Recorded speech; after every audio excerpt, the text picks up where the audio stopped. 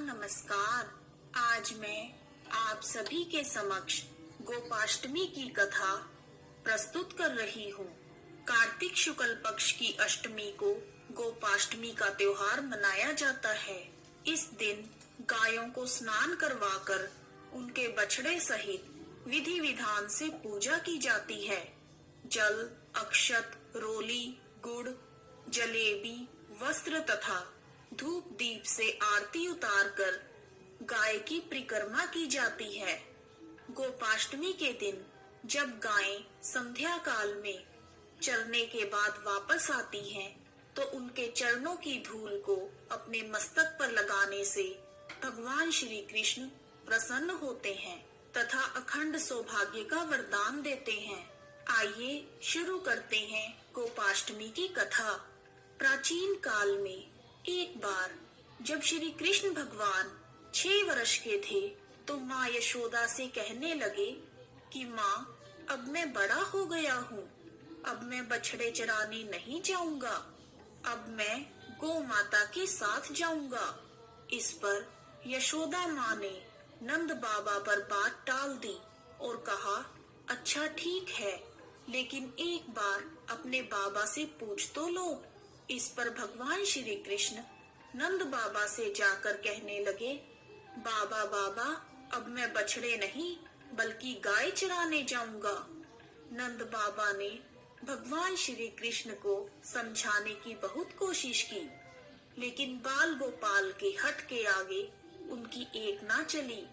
फिर नंद बाबा ने श्री कृष्ण से कहा, ठीक है, अगर तुम इतनी ही जिद कर रहे हो तो पहले जाकर पंडित जी को बुला लाओ, ताकि उनसे गोचारण के लिए शुभ मुहूर्त का पता लगाया जा सके।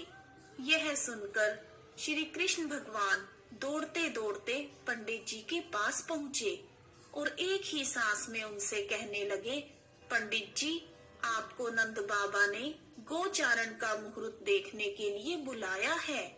आप आज ही का शुभ मुहूर्त बता देना। अगर आप ऐसा करेंगे तो मैं आपको खूब सारा माखन दूंगा। पंडित जी श्री कृष्ण भगवान की बात सुनकर मुस्कुराने लगे और नंद बाबा के पास गए और बार बार पंचांग देखकर गणना करने लगे। तब नंद बाबा ने पूछा, पंडित जी क्या बात है, आप बार बार क्या गिनती कर रहे हैं? पंडित जी बोले, क्या बताएं नंद जी, केवल आज का ही मुहूर्त निकल रहा है, इसके बाद तो पूरे 1 वर्ष तक कोई मुहूर्त नहीं है। पंडित जी की बात सुनकर नंद बाबा ने श्री कृष्ण को गोचारण की स्वीकृति दे दी। भगवान जिस समय कोई कार्य करते हैं वही शुभ मुहूर्त बन जाता है।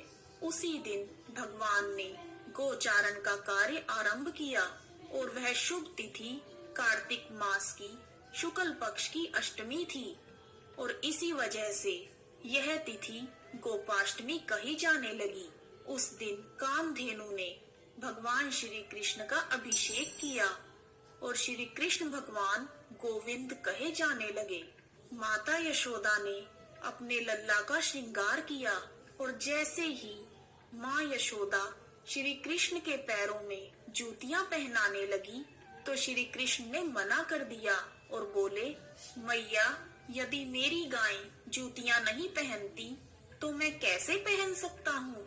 यदि पहना सकती हो तो सभी गायों को जूतियां पहना दो। और भगवान जब तक वृंदावन में रहे, भगवान ने कभी पैरों में जूतियां नहीं पहनी।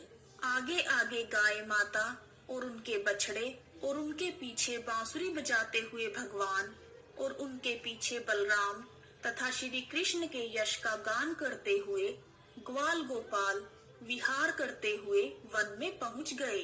तभी से भगवान की गोचारण लीला आरंभ हो गई।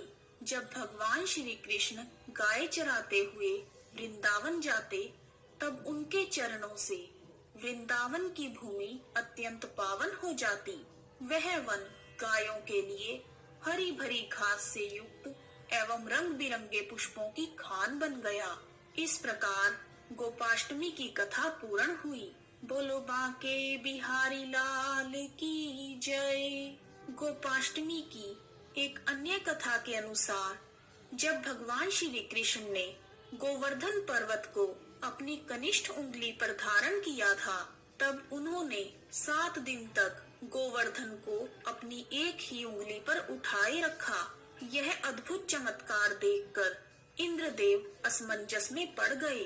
तब ब्रह्मा जी ने इंद्रदेव को बताया, श्री कृष्ण और कोई नहीं, भगवान विष्णु के अवतार हैं। यह सत्य जानकर अष्टमी के दिन इंद्र ने अपनी पराजय स्वीकार कर ली और उनका अहंकार टूट गया और वह श्री कृष्ण भगवान की शरण में आ गए। जिसके बाद भगवान श्री कृष्ण ने कार्तिक शुक्ल अष्टमी के दिन गोवर्धन पर्वत को नीचे रखा। मान्यता यह भी है कि उसी दिन के बाद से ही हर वर्ष कार्तिक शुक्ल अष्टमी को गोपाष्टमी का उत्सव मनाया जाने लगा। यदि आप गोवर्धन पूजा की श्री कृष्ण भगवान की कथा को सुनना चाहते हैं तो एंड स्क्रीन पर गोवर्धन पूजा की कथा का लिंक दिया गया है, आप आसानी से उसे सुन सकते हैं। बॉक्स में जय श्री कृष्णा, ओम नमो भगवते वासुदेवाय नमः लिखना ना भूलें। आप सभी का हार्दिक धन्यवाद। जय श्री कृष्णा। श्री कृष्ण गोविंद